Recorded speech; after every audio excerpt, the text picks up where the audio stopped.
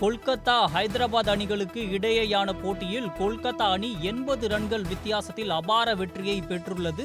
201 ரன்களை ஹைதராபாத்துக்கு இலக்காக நிர்ணயித்து கொல்கத்தா அணி சிறப்பாக பந்து வீசி 16.4 ஓவர்களில் ஹைதராபாத்தின் அனைத்து விக்கெட்டுகளையும் எடுத்து இந்த மாபெரும் வெற்றியை பதிவு செய்துள்ளது. கொல்கத்தா ஈடன் கார்டன் மைதானத்தில் இன்று நடைபெற்ற இந்த போட்டியில் டாஸ் வென்ற ஹைதராபாத் அணி இந்த முறை பந்து வீச்சை தேர்வு செய்தது. இதனை அடுத்து முதலில் களமிறங்கிய கொல்கத்தா அணியின் தொடக்க ஆட்டக்காரர்களான குவிண்டன் டிகாக் மற்றும் சுனில் நரைன் சொற்ப ரன்களில் ஆட்டமிழந்தனர். முதலில் தடுமாற்றத்துடன் தொடங்கினாலும் பின்பு களம் இறங்கிய கேப்டன் ரஹானே மற்றும் ரகுவன்ஷி ஜோடி நிதானமான ஒரு ஆட்டத்தை வெளிப்படுத்தினர். இதனால் அந்த அணியின் ஸ்கோர் உயர தொடங்கியது. இவர்கள் இருவரும் சேர்ந்து 81 ரன்களை எடுத்தனர். இதன் பிறகு கேப்டன் ரஹானே அன்சாரியின் பந்துவீச்சில் கிளாசனிடம் கேட்ச் கொடுத்து தனது விக்கெட்டை பறிகொடுத்தார். சிறப்பாக விளையாடிய ரகுவன்ஷி அரை சதம் விளாசியும் தனது விக்கெட்டை பறிகொடுத்தார். அதன்பின் களமிறங்கிய இடது கை ஆட்டக்காரர்களான வெங்கடேஷ் ஐயர் மற்றும் ரிங்கு சிங் ஹைதராபாத் பவுலர்ஸ் வீசிய பந்துகளை நாலாபுறமும் சிதறடித்தனர். 360 டிகிரி என்று சொல்வார்களே, அதுபோல மைதானத்தின் அனைத்து இடங்களிலும் பவுண்டரிகள், சிக்சர்கள் என விளாசினர். குறிப்பாக 19வது ஓவரில் பேட் கமின்ஸ் ஓவரை தோல் உரித்தனர் என்று கூறலாம். அந்த ஓவரில் 21 ரன்களை விளாசினார்கள் இந்த இருவரும் சேர்ந்து. அதிரடியாக விளையாடிய வெங்கடேஷ் ஐயர் அரை சதம் விளாசினார்.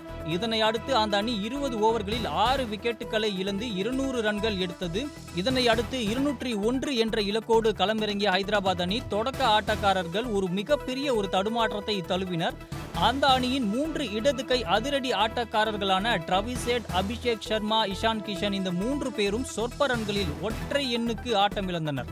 முதல் 3 ஓவர்களுக்குள்ளேயே இவர்கள் 3 பேரும் ஆட்டமிழந்தனர். அடுத்தடுத்து களத்திற்கு வந்த யாரும் ஜொலிக்காததால் அந்த அணி ஒரு மிகப்பெரிய ஒரு தடுமாற்றத்தை தழுவியது.